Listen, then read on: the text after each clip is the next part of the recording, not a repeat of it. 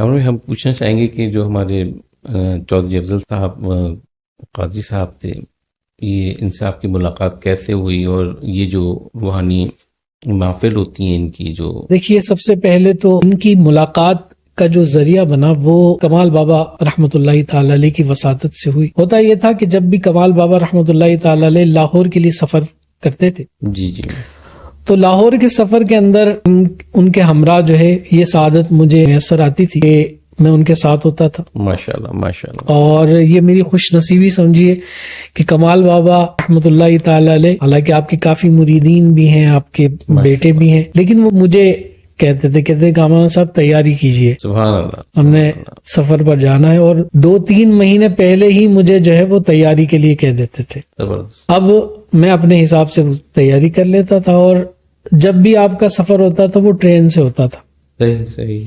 نہ آپ جہاز سے سفر کرتے تھے، نہ آپ بس سے سفر کرتے تھے، اور آپ کا سفر جو ہے وہ ٹرین سے ہی ہوتا تھا. تو ٹرین کے ٹکٹ وغیرہ کے انتظامات، ان کو لے جانا، یہ ساری ذمہ داری میری ہوا کرتی تھی. تو میری خوش نصیبی ہے ماشاءاللہ ماشاءاللہ. اور یہ بہت کم ایسی صحبتیں میسر آتی ہیں بزرگوں کی کہ سفر اور حضر کے اندر، کھانے پینے کے اندر، اٹھنے بیٹھنے کے اندر، سونے جاگنے کے اندر اس درویش کی صحبت میسر ہو.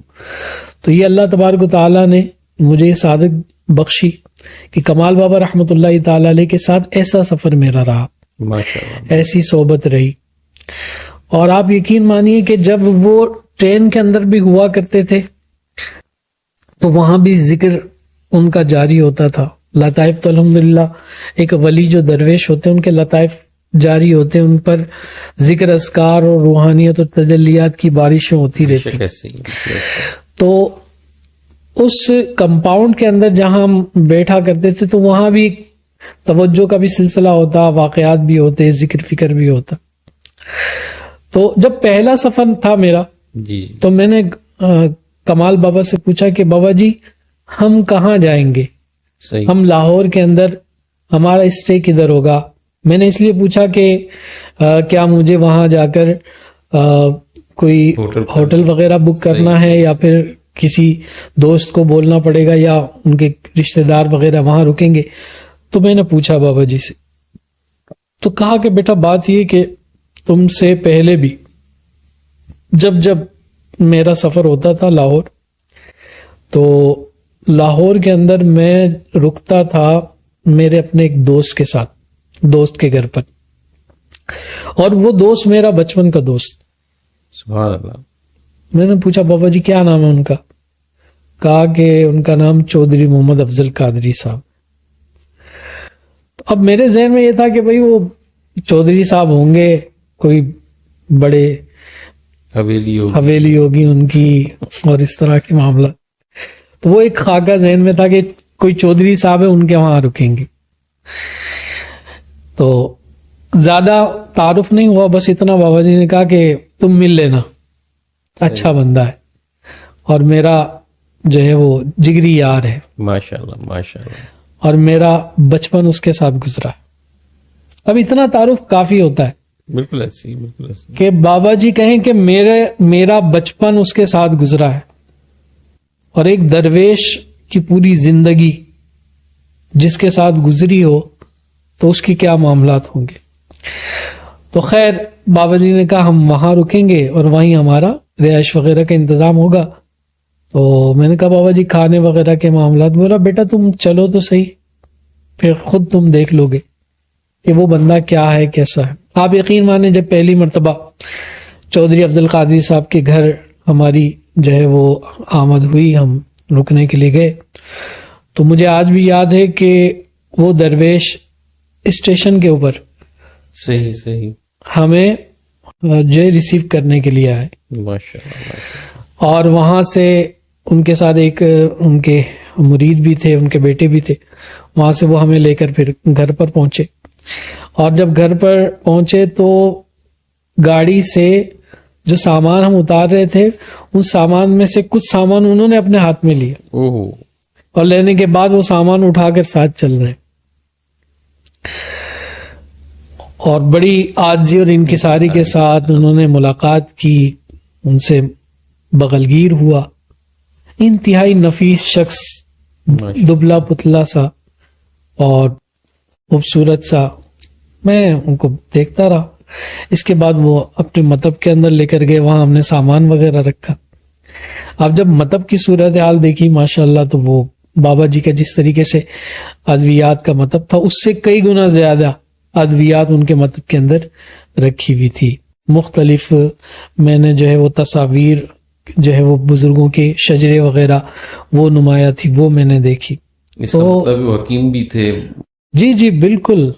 اب میں تو ایک دم مجھے جو بتایا گیا کہ چودھری صاحب کے وہاں جا رہے ہیں، جی جی میں بھی، میرے ذہن میں تو کچھ اور تھا، لیکن یہاں جب آئے تو وہ چودھری افضل قادری صاحب وہ والے چودھری نہیں تھے، وہ روحانیت کے چودھری تھے. صحیح صحیح صحیح.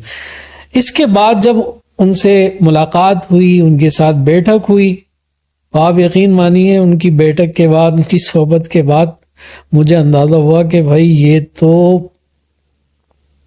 اپر لیول کے بزرگوں کی باتیں ان سے میں سن رہا ہوں. صحیح بات. یعنی چونکہ میں بابا جی کی صحبت میں بھی رہا اور ساتھ ساتھ میاں حضور کی صحبت بھی مجھے میسر تھی، تو وہ کلام جو میاں حضور دامت برکات قدسیہ سے ہم خلوتوں میں، جلوتوں میں، نشستوں کے اندر سنا کرتے تھے، ان کلاموں کی گہرائی والی باتیں وہ میں نے چودھری صاحب سے سنی. صحیح. میں حیران رہ گیا.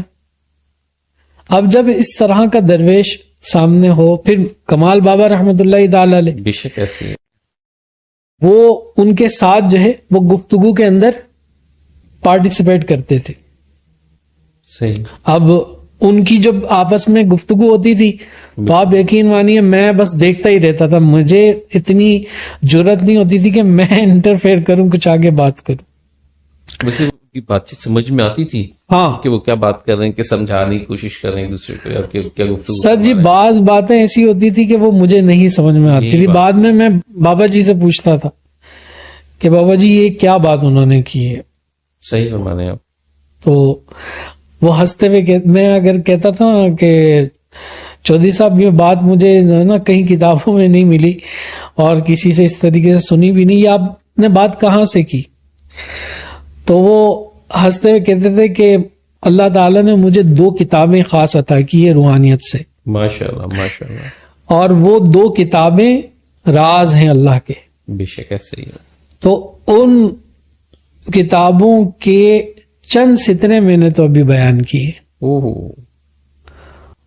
کتابوں کی چند سطریں وہ ابھی میں نے بیان کیے. تو ان کی باتیں ایسی ہوتی تھی اور بڑے عجائبات اور کمالات کا ذکر جو ہے وہ میں نے ان کی گفتگو سے سنا تو میں خود حیران و شجدہ رہ جاتا تھا کہ یار آج کے دور میں اس طرح کی طبیعت رکھنے والا شخص جس کا ظاہر ایسا ہے کہ کوئی شخص پہچان نہ سکے، لیکن روحانیت کے اندر اس کا اتنا مقام، اتنی قربیت، اتنے کمالات پر فائز بندہ، اللہ اکبر. تو میں بہت حیرت کرتا تھا.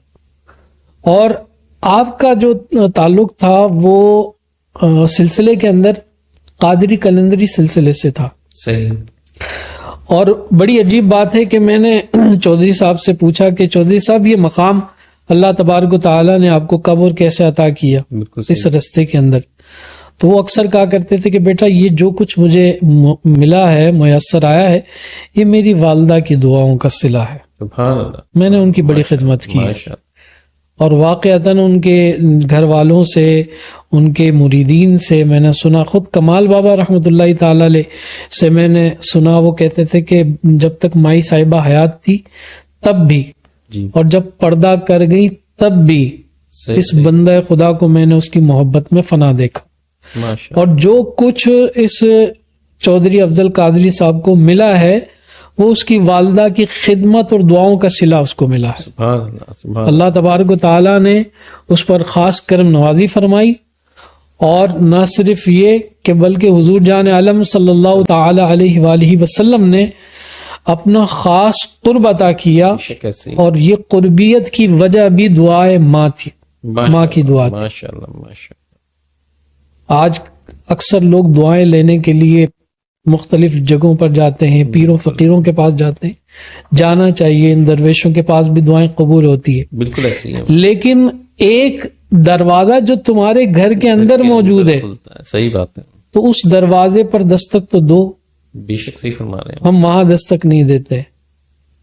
آپ یقین مانیے جب میں پریشان ہو جاتا ہوں، جی، جب میں مشکلات میں گھر جاتا ہوں، جب چاروں طرف میرے لیے دروازے بند ہو جاتے ہیں، تو میں میری اماں کی گود میں اپنا سر رکھ کر روتا ہوں اور اس کے دعاؤں کے لیے عرض کرتا ہوں. آپ یقین مانیے میری ماں اس وقت جو دل سے دعا کرتی ہے، اللہ تعالیٰ میرے سارے دروازے کھول دیتا. سبحان اللہ، سبحان اللہ. اسی طرح میرے والد صاحب مجھے سینے سے لگاتے ہیں، شفقت کرتے ہیں اور بغیر بولے میرے لیے دعائیں شروع کر دیتے ہیں، میرے لیے دروازے کھل جاتے ہیں. بے شک ایسی ہے.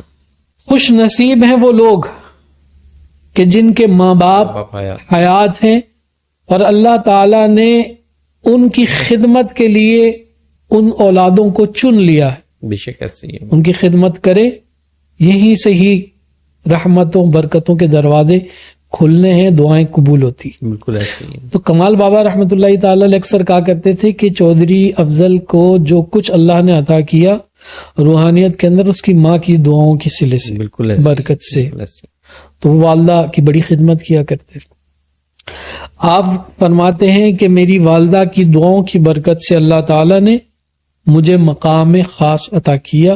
میرا کوئی پیر نہیں تھا، میں کسی کا مرید نہیں تھا، میں کسی سلسلے میں داخل نہیں ہوا، بس میں ذکر اللہ کرتا تھا اور درود شریف درود ابراہیمی پڑھتا تھا اور سورہ اخلاص پڑھتا تھا بس. چودھری افضل قادری صاحب کی پوری زندگی کا نچوڑ یہ تین ہی چیزوں میں،